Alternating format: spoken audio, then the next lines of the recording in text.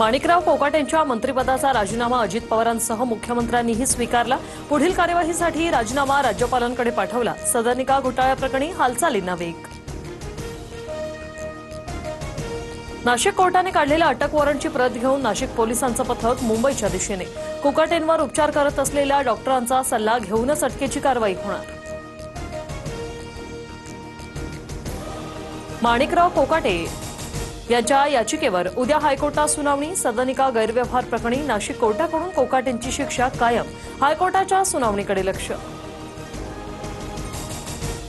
माणिकराव कोकाटेंचे बंधू विजय कोकाटेंचा नाशिक पोलिसांकडून शोध सुरू। अटकेच्या स्थगितीसाठी विजय कोकाटेंचा हायकोर्टात अद्याप अर्ज नाही, सूत्रांची माहिती। मुंडे शहांच्या भेटीनंतर पवारांची राष्ट्रवादी आक्रमक। मुंडेंना मंत्रिमंडळात घेतल्यास बीडमध्ये उपोषण करणार। सुप्रिया सुळे यांचा सरकारला इशारा, सूत्रांची माहिती। सामाजिक कार्यकर्त्या अंजली दमनिया यांनी चंद्रशेखर बावनकुळे यांची घेतली भेट। या भेटीत धनंजय मुंडेंबाबत चर्चा झाल्याची माहिती। मुंडेंना मंत्रिमंडळात घेण्यास अंजली दमनियांचा विरोध।